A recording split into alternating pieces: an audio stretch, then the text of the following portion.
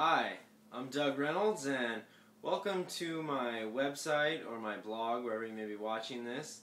I am a real estate agent with Prudential in Sacramento, California, and this is your video update for the end of July, beginning of August 2010. Let's first quickly review the statistics for Sacramento County. Actually, we've been talking about this every month. The trend is the median price has been continuing to go up. It went up again in the month of June.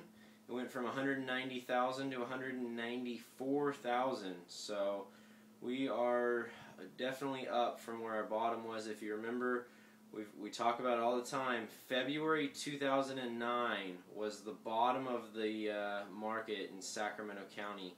We were at $167,000 as our median price. And so February 2009, it bottomed out, and as we've been talking about every month, it's been going up, bouncing around, but it's been kind of on an upward trend. Still continuing that trend in June. It's gone up a little bit more, up to 194 is our median price. Inventory is roughly the same. We only have about 2.5 months worth of inventory. We've talked about this before. That's basically considered a seller's market. 6 months is kind of a normal market. Anything you start getting far below that, that's a seller's market. You start getting a lot higher than that, that would be a buyer's market. So the statistics are reflecting that it's, even though prices are low compared to where we were, 2005, definitely still somewhat of a seller's market, and the fact that inventory is still low and there's more buyers than there are sellers. So I wanted to talk about a couple of things moving forward now, not necessarily predictions, but just some things that I'm going to be keeping an eye on and things to be aware of with what's going on in the real estate market right now. The tax credits have pretty much all come to an end here now. There was the federal homebuyer tax credit, and then actually the California state tax credit. They're just about out of funds by the time you're watching this video. Probably not enough time to get something closed and get in on time for that. So now the question is, well, with the tax credits done and over with, what's going to happen with buyers? Are they still feeling comfortable in the fact that the market has bottomed out, and they're going to say, hey, even though I didn't get that tax credit, that's alright. I'm still wanting to buy a house. Interest rates are still great. Prices are still very low in comparison to where they were. And, I've saved up a little bit of money, and I'm going to be here long term. I want to make this commitment.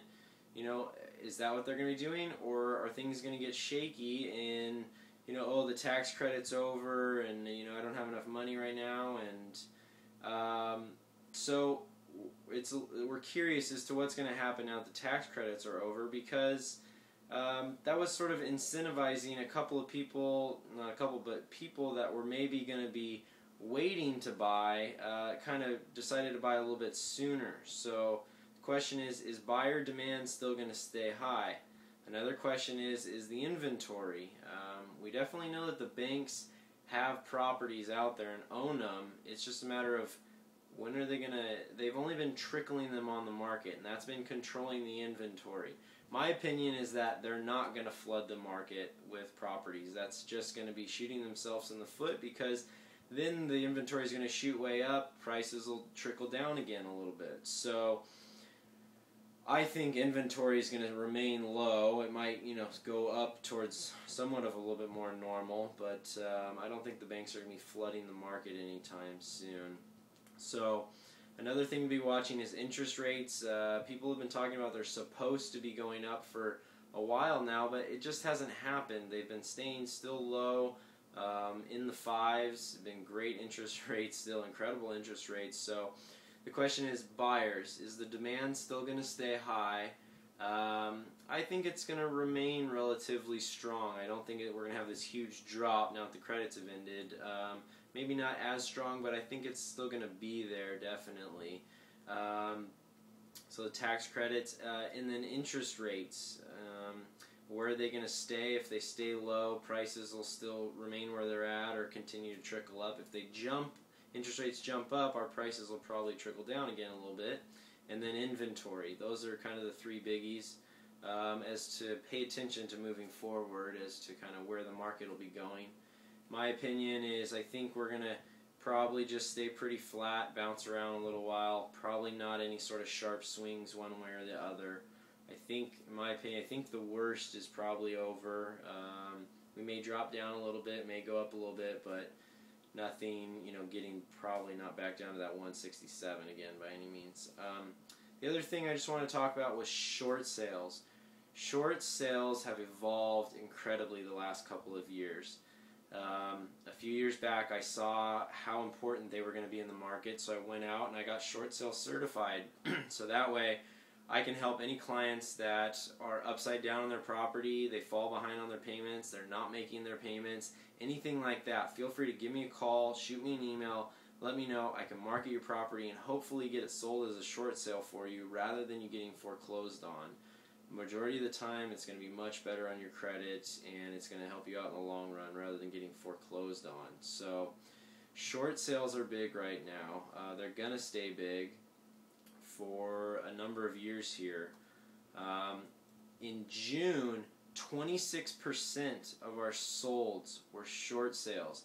So that's come up. A long time ago I talked about we used to be at about 15% maybe 2 years ago. Well, more and more short sales are selling and closing, so we're up to 26% of our solds are short sales now. So it's become a major influence in the market. If you need any assistance with them or you have any questions, just feel free to give me a call or an email. I can help you out. There's no reason to just let your property go to foreclosure. You should definitely try to do either a loan modification or a short sale. I can help you with either one of those. The loan modifications are definitely a lot harder to get done with the lenders. They are happening a little bit, but not as much as short sales. Another good thing with short sales is the banks, they're starting to get a little bit better. They're not great, but they're getting better in the fact that they're starting to go to some online systems, which is helpful for the agents and for the sellers.